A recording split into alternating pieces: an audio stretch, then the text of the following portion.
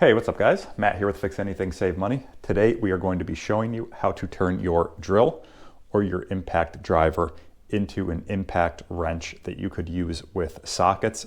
So video is going to be great if you don't have an impact wrench, but you do have either one of these tools and you're looking to use it to turn it into an impact wrench. So I will say the best tool to use if you don't have an impact wrench, obviously, is your impact driver. Now you could get away with using a drill if you don't have an impact driver either, but I highly recommend using the impact driver just because they have these different speeds that are going to affect your torque settings. And the one thing you don't want to do is if you are using your drill, you want to make sure you use these torque settings in the drill,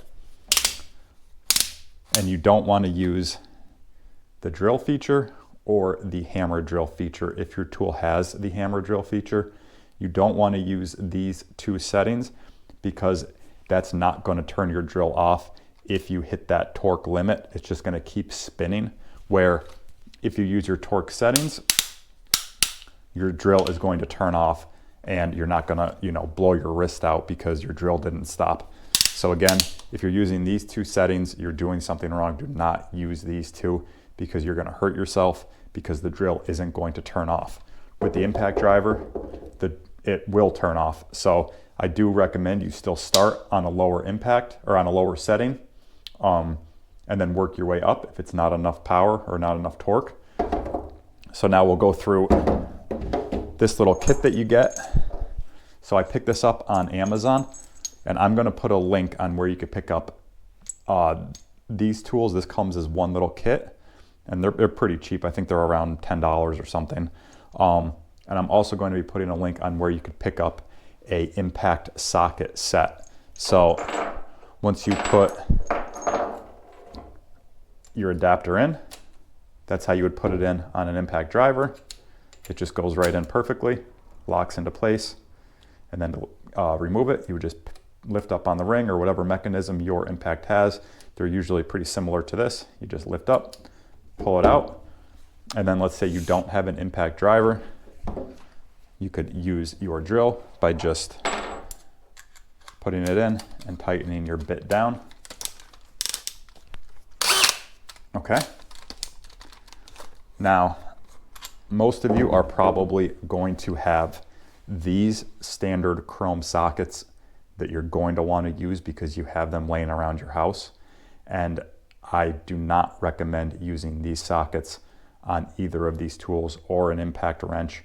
Any power tools, I do not recommend using these chrome sockets because they're not made to withstand the torque that these tools put out, and they're highly likely to shatter, break, you just don't want to use them. You could get hurt using these. So I recommend using an impact socket set. I don't have it with me. It's actually on a job right now and I don't have it, but I'm going to put a link on the one that I do have. And I'm also going to include a link on this set right here. So you could see you get the 1/2 inch, you get the 1/4 inch, and you get the 3/8. And these numbers on these little adapters, they just correspond to the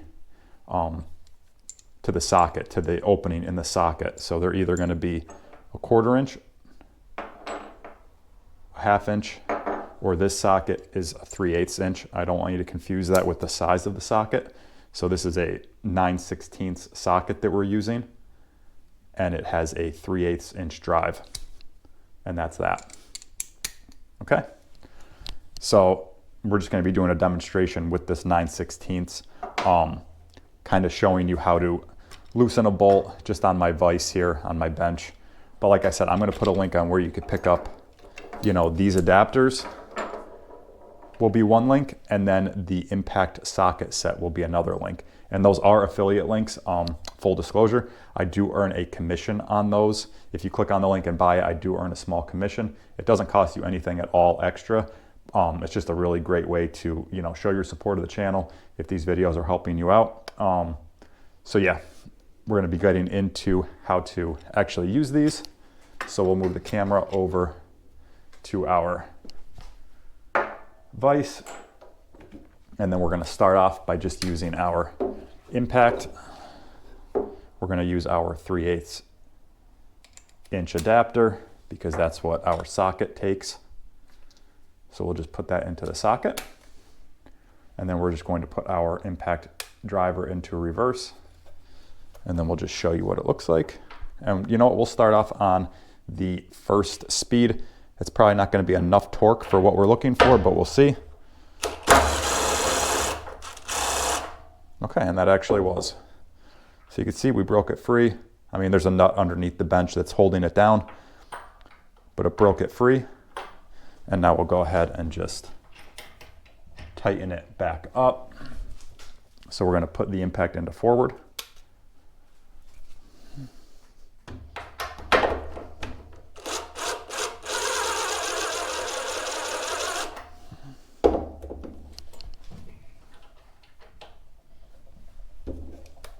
And we'll show you. So you can see I have that trigger fully depressed and it just doesn't want to give it any more because we're in such a low torque setting. So we're going to go ahead and bump it up to the second torque setting to get this bolt tight. And when you press the trigger, that sound that it makes is the stop. So it's not going to keep rotating your wrist and, you know, trying to break your wrist. So that's how you would use this adapter on an impact. And now we'll show you on a drill. So we're going to do the same thing. We're just going to put our bit into our drill, tighten our keyless chuck down. And then we're going to, like I said, we're not going to use these two settings. I'm not even going to show you what it looks like because it will hurt my wrist. So we'll go ahead and go on the 5th torque setting just to see if that's going to loosen. Or, you know, let's go on the 1 and we'll put it into reverse. We know that this is tight from our impact.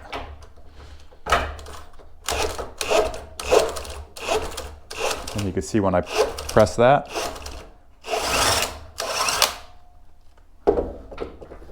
really, I mean, the first torque setting was enough to loosen this. So you can see that bolt's loose. Now if I set this bolt with my impact on the 3rd torque setting and tighten that bolt down, it would be a heck of a lot tighter, and I would probably have to use a higher torque setting on my drill. I'd probably have to go up to like 8 or 9 to actually loosen this bolt. So I recommend just kind of playing around with the torque settings, starting on the lower torque setting, working your way up. That's going to make sure you don't strip anything or you don't over tighten anything. So that's kind of a good little rule to follow. And yeah, guys, I mean, that pretty much sums up this video on how to turn either your drill or your impact driver into an impact wrench. You can see the 3 attachments you get. And then I'll also just go over this other attachment real quick. So this is a 105-degree attachment or adapter. And you would use that, you know, let's just use it on here. So we would put it into our impact. And then it just kind of gives you another angle to work at. So then you could put your whatever adapter you would be requiring, depending on your socket. And you could see you could get into some awkward positions. And then you could rotate this just to get into some, you know, spaces that you normally wouldn't be able to get into. So, like I said, this is a pretty great deal. I mean, you get, you know, these 3 attachments here, and then you get the 105-degree adapter as well. So it really is a great deal. I think these are only like 10 bucks on Amazon. So like I said, I'll put a link on where you can pick up what you see here, these 3 bits, and these 3 adapters, and then this 105-degree adapter.